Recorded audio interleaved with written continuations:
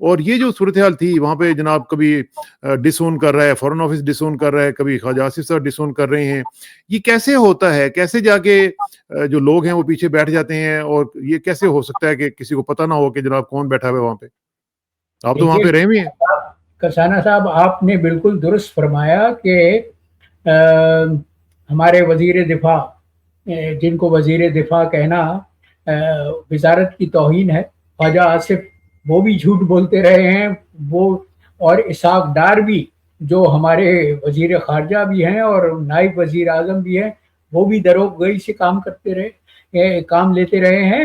اور مجھے افسوس ذاتی طور پر یہ ہے کہ ہمارے دفتر خارجہ نے بھی دروغ گوئی کا مظاہرہ کیا، اور ہمارے مشن نے جو نیو یارک میں اقوام متحدہ کے لیے ہمارا مستقل مشن ہے، permanent mission to United Nations, اس نے بھی معاملات کو سلجھانے کے بجائے الجھانے کی کوشش کی۔ دیکھیے، میں نیو یارک میں رہا ہوں، میری پہلی سفارتی ذمہ داری نیو یارک میں تھی۔ میں اگرچہ مشن کے ساتھ نہیں تھا، کونسلیٹ کے ساتھ تھا، لیکن جب بھی اقوام متحدہ کی جنرل اسمبلی کا اجلاس ہوتا تھا تو ہم ہر روز وہاں جایا کرتے تھے۔ ظاہر ہے کہ پاکستان سے وفد آتا تھا تو ان کے ساتھ جانا پڑتا تھا، ان کو مشورے دیے جاتے تھے، ہم ان کو بتاتے تھے کہ کیا کہنا ہے، کیا نہیں کہنا، کس مسئلے پر کس طرح سے گفتگو کرنی ہے۔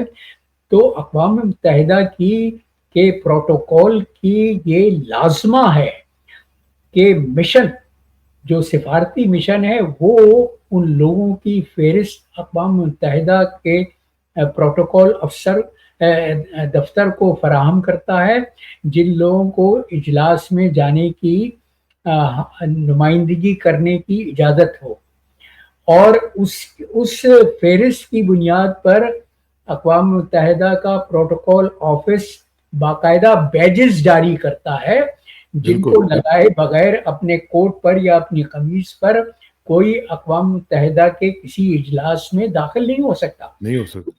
یہ تصور کرنا، اور یہ ہمارے وزراء کا یہ سفید جھوٹ بولنا کہ ان کو معلوم نہیں تھا کہ کون خاتون اس کے پیچھے بیٹھے ہوئے ہیں، یہ انتہائی لوگوں کو نہ سمجھنے والی بات ہے۔ دیکھیے، کس کو بیوقوف بنا رہے؟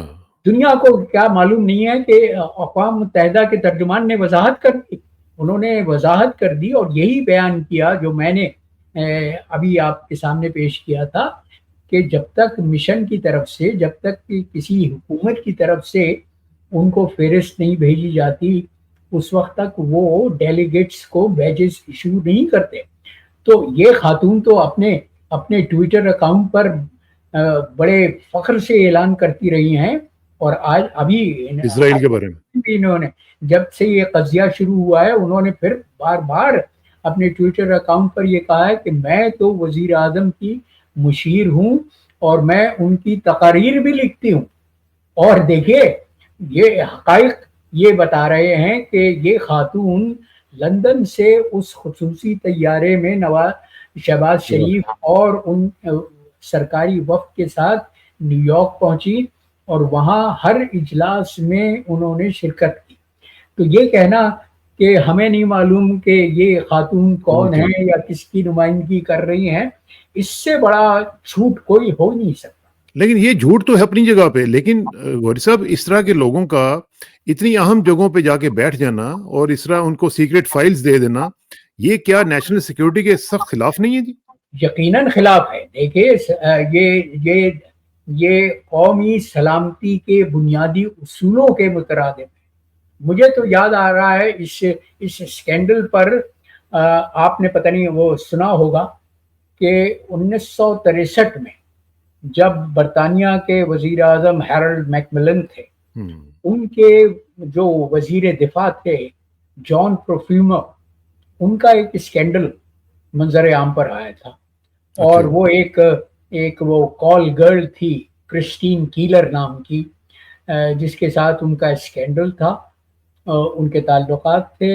اور جب اخباروں میں یہ خبر مشہور ہوئی تو اس کے بعد صحافیوں نے یہ یہ راز بھی افشا کیا کہ اس خاتون کے، اس کرسٹین کیلر کے روسی سفارت خانے کے نیول جو دفاعی اٹیشی تھا اس کے ساتھ بھی تعلقات تھے.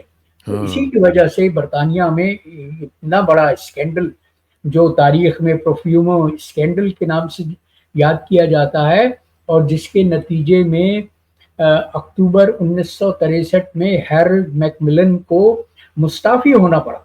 اور اس کا فال آؤٹ یہ ہوا کہ اگلے برس جب 1964 میں برطانیہ میں عام انتخابات ہوئے تو ٹوریز ہار گئے اور لبرلز جیت گئے. تو یہ برطانیہ کی تاریخ تو یہ ہے، وہ جمہوریت کی ظاہر ہے کہ جمہوریت کا پڑ ہے. جمہوریت میں یہ ہوتا ہے کہ جب کوئی اس طرح کے اسکینڈل میں ملوث ہو جائے تو اسے شرم و حیا کا تقاضا رکھنے کے لیے یہ اپنے عہدے سے استعفیٰ دینا پڑتا ہے. لیکن ہمارے ہاں چونکہ شرم و حیا کا کوئی تصور ہی نہیں ہے، لہذا آج تک پاکستان کے کسی وزیر اعظم نے استعفیٰ نہیں دیا. لیکن غوری صاحب دیکھیں نا، میرا یہ پوائنٹ ہے کہ یہ کوئی ڈھکی چھپی بات نہیں ہے، یا کوئی یہ ڈھکی چھپی اسٹریٹجی نہیں ہے مختلف ممالک کی، مختلف انٹیلیجنسیز کی، کہ وہ خواتین کے ذریعے اس طرح کے کام کرواتے ہیں. تو کیا یہ ممکن ہے کہ یہ اسرائیلی جاسوس کے طور پر کام کر رہی ہوں؟ اور پاکستان یہ وہ خاتون ہیں شمع جنیجو جو اپنے ٹویٹس میں باقاعدہ اس بات کا پرچار کرتی رہی ہیں کہ پاکستان کو اسرائیل کو تسلیم کر لینا چاہیے اور اسرائیل سے سفارتی تعلقات استوار کر لینے چاہیے، اور وہ اس تعلقات کے فوائد بھی گنواتے رہی ہیں کہ پاکستان کو یہ فائدہ ہوگا، پاکستان کو یہ سہولت حاصل ہوگی. تو یہ یقیناً یہ خاتون اسرائیلی لابی کے لیے کام کر رہی ہیں. اور لیکن دیکھیے الزام کس کو دیں؟ الزام اپنے ہی گھر میں اپنے ہی گھر میں وہ بھیدی بیٹھے ہوئے ہیں جو لنکا ڈھا رہے ہیں. سوال یہ، اگر کوئی اس اسکینڈل کی تحقیقات جب شروع ہوں، مجھے نہیں لگتا کہ کبھی پاکستان میں یہ اس طرح کی تحقیقات ہو، لیکن پہلا جو بنیادی سوال ہوگا وہ یہ ہوگا کہ اس خاتون کو کس کی سرپرستی حاصل ہے، کس کی یہ منظور نظر ہیں جو وزیر اعظم کے خصوصی طیارے میں بھی سفر کر سکتی ہیں اور یہ دعویٰ بھی کر سکتی ہیں کہ میں وزیر اعظم کی مشیر ہوں اور میں ان کی تقاریر بھی لکھ کے ان کو دیتی ہوں. اور اتنی زیادہ اس کو ایکسیس ملی ہوئی ہے، اتنی مطلب ہے کہ ہائیلی سینسٹیو ایریاز میں وہ پہنچ سکتی ہے، ہر جگہ پہ جا سکتی ہے. یہ بہت ہی سیریس ہے، ملی ہوئی ہے، ہر جگہ پہ رسائی ہے. تو بنیادی سوال یہ ہے کہ یہ کس کی سرپرستی میں یہ سب کام ہو رہا ہے، کیسے یہاں تک پہنچی. بالکل صحیح بات ہے. اچھا جی، آپ ذرا تھوڑا سا آخر میں بہت ہی امپورٹنٹ جو ٹاپک ہے وہ ہے غزہ کا پلان، جو آج آپ کو معلوم ہی ہے پریزیڈنٹ ٹرمپ نے دے دیا، اور ساتھ ہی انہوں نے لنکا انہوں نے بھی ڈھا دی، اور انہوں نے بھی سارا ایکسپوز کر دیا کہ پرائم منسٹر شہباز شریف صاحب جو ہیں انہوں نے فوراً ہی ان کا ٹویٹ کر کے ان کو ویلکم بھی کر دیا، اور انہوں نے کہہ دیا جی کہ ابھی وہ تقریر کر رہے تھے، اپنے پریس کانفرنس کر رہے تھے، تو اسی میں انہوں نے کہہ دیا کہ جی پاکستان کے پرائم منسٹر نے جو ہے وہ ٹویٹ کر دیا اور وہ ہمارے ساتھ ہیں اور سب کچھ ہے. اور یہ ہو کیا رہا ہے جی؟ انہوں نے تو پاکستان جو عرب سربراہوں کا اور اسلامی سربراہوں کا ذکر کر رہے تھے اپنی تقریر میں، تو انہوں نے اور ملکوں کے تو صرف ایک سربراہ کا نام دیا، لیکن پاکستان کے حوالے سے انہوں نے کہا پاکستان کے وزیر اعظم اور فیلڈ مارشل دونوں کا انہوں نے شکریہ ادا کیا. تو اس سے اندازہ لگا سکتے ہیں آپ کہ پاکستان کی سامراجی غلامی کس حد کو پہنچی ہوئی ہے. دیکھیں یہ جو منصوبہ آج 20 نکاتی منصوبہ ٹرمپ نے پیش کیا ہے، یہ ایک امپیریلسٹ منصوبہ ہے جس میں غزہ کے عوام کو، غزہ کے مظلوموں کو غلام بنانا ہے. یہ حماس کے لیے، دیکھیں حماس کے حوالے سے اس میں بنیادی نقطہ کیا ہے کہ حماس کا کوئی رول نہیں ہوگا، حماس کو ہتھیار ڈالنے پڑیں گے، حماس کو بے دخل ہونا پڑے گا، اور غزہ پر اس عرصے کا تعین نہیں کیا گیا کہ کتنے عرصے تک وہ ایک بین الاقوامی ایجنسی حکومت کرے گی جس کو غزہ انٹرم ایڈمنسٹریشن کا نام دیا گیا ہے، اور جس کی قیادت کے ٹونی بلیئر جو لیے ہوں گے، ٹرمپ نے ٹونی بلیئر کو نامزد کیا ہے. اور دیکھیے اس پر ٹونی بلیئر کی نامزدگی پر مجھے بے اختیار میر صاحب کا وہ شعر یاد آ گیا کہ میر کیا سادہ ہیں بیمار ہوئے جس کے سبب اسی اتار کے لونڈے سے دوا لیتے ہیں. یہ ٹونی بلیئر وہ شخص ہے جس نے 2000 عراق پر حملہ کرنے میں بش کا پوری طرح سے ساتھ دیا تھا. یہ اس کے بعد یہ بدنام ہوا جب یہ حقیقت سامنے آئی کہ عراق کے پاس کوئی مہلک ہتھیار نہیں تھے اور اس کو بہانہ بنا کر عراق پر بلا جواز حملہ کیا گیا. ٹونی بلیئر 2007 میں برطانیہ کی وزارت سے نہیں 2003 میں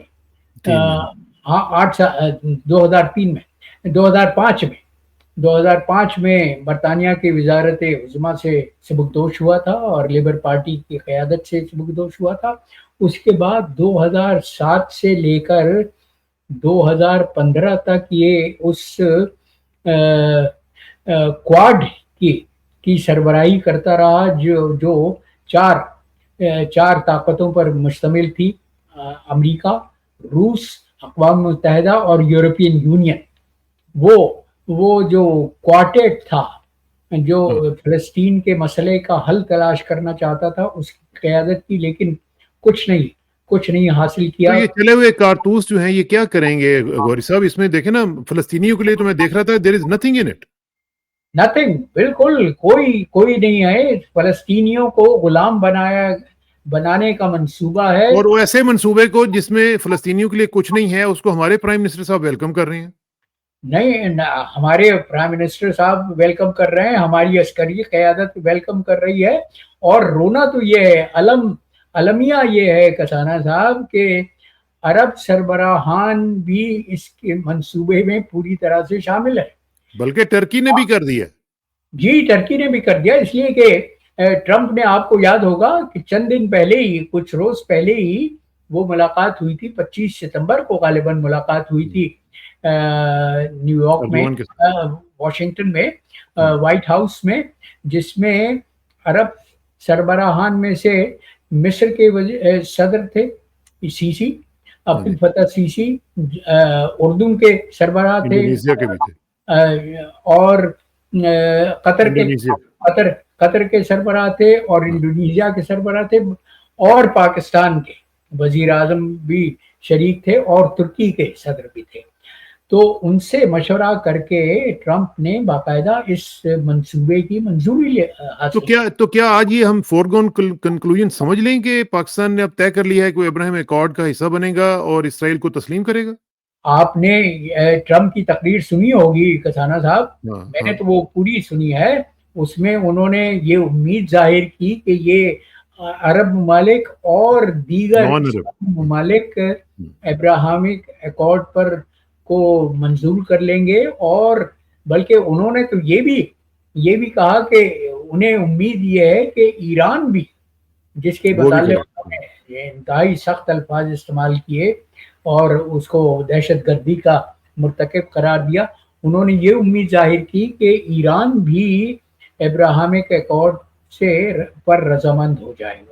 لیکن غوری صاحب، اس میں میں ایک چیز نوٹ کر رہا تھا جو آپ نے بھی شاید کی ہوگی کہ جو ٹرمپ کی پہلی دفعہ میں نے دیکھا کہ جو باڈی لینگویج تھی نیتن یاہو کے سامنے، وہ ویسے بالکل مرجھائے ہوئے تھے، بالکل ڈاؤن ہوئے تھے. ایسے لگ رہا تھا کہ جیسے نیتن یاہو وائٹ ہاؤس کے اندر رہتے ہیں، یہ نہیں رہتے، یہ کہیں سے اور سے باہر سے آئے ہیں. نہیں، لیکن نیتن یاہو کی تعریف تو انہوں نے بار بار کی. وہ کہا کہ وہ ہی از اے فائٹر. اور نیتن یاہو کے لیے انہوں نے یہ الفاظ بھی کہے کہ یہ اگر منصوبہ حماس نے ریجیکٹ کر دیا، نامنظور کر دیا، تو اس کے بعد